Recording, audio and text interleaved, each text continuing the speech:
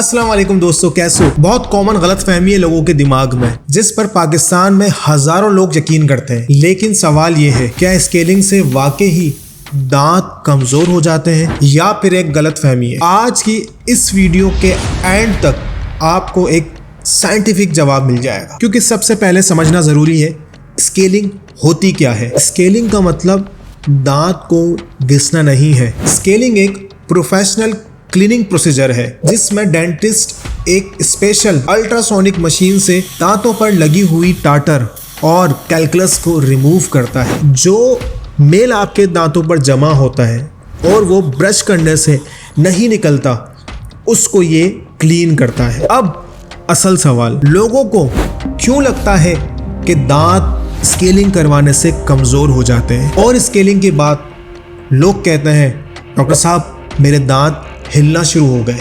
इसकी असल वजह कुछ और होती है। स्केलिंग से पहले दांतों के दरमियान टाटर कैलकुलस जमा हो चुका होता है या पत्थर दांतों को फेक सपोर्ट दे रहा होता है, और जब डेंटिस्ट उस पत्थर को रिमूव करता है, दांत पहले ही वीक होते हैं। स्केलिंग ने उनको वीक नहीं किया होता, सिर्फ सच दिखा दिया।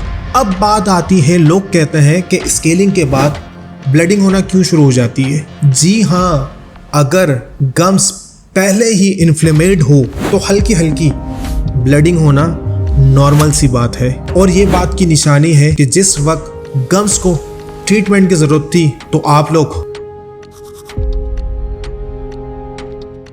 कहते हैं कि स्केलिंग के बाद दांतों में गैप आना शुरू हो गया, उसमें कैलकुलस भर जाता है, और कैलकुलस जब रिमूव होता है तो असल शेप सामने आ जाता है। अब बात करने लगा हूं आपकी हेल्थ का कि स्केलिंग करवाने से क्या फ़ायदा होता है, क्योंकि ये बात है आपके और मेरे बेनिफिट्स की। स्केलिंग से बैड ब्रेथ कम हो जाती है और आपके गम्स हेल्दी होना शुरू हो जाते हैं, ब्लीडिंग उसमें से कम हो जाती है और आपके दांत ज़्यादा क्लीन लगते हैं। जब कहीं आप आते जाते हैं तो आपके दांतों की एक तारीफ की जाती है और फ्यूचर में दांत बचने के चांसेस बढ़ जाते हैं। अब बात आती है कि स्केलिंग कितनी बार करवानी चाहिए। अगर आपकी नॉर्मल ओरल हाइजीन है तो 6 महीने में या फिर साल में एक बार स्केलिंग करवा ली जाए, और अगर स्मोकिंग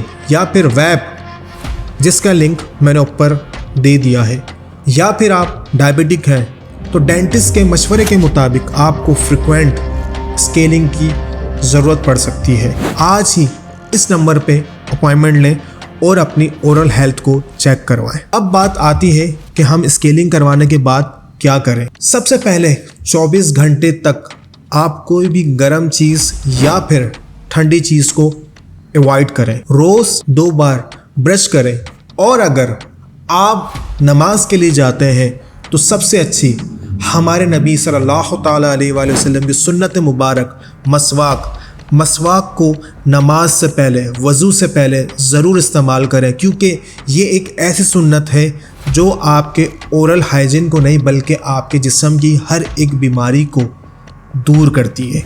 और फिर खाना खाने के फ़ौरन बाद आप अपने दांतों में डेंटल फ्लॉस करें और डेंटल चेकअप लाजमी करवाएं, क्योंकि पाकिस्तान में डेंटिस्ट बहुत हैं लेकिन अच्छे मशवरे बहुत कम लोग देते हैं। तो दोस्तों, स्केलिंग से दांत कमज़ोर नहीं होते, बल्कि स्केलिंग आपके दांतों को, आपकी स्माइल को बचाने के लिए की जाती है। सबसे बड़ा नुकसान स्केलिंग करवाना नहीं बल्कि स्केलिंग से डरना है। और अगर आपको ये वीडियो पसंद आई हो तो इसे लाइक करें, शेयर करें और कमेंट्स करें कि आप भी इस गलतफहमी के शिकार थे कि स्केलिंग नहीं करवाना चाहिए।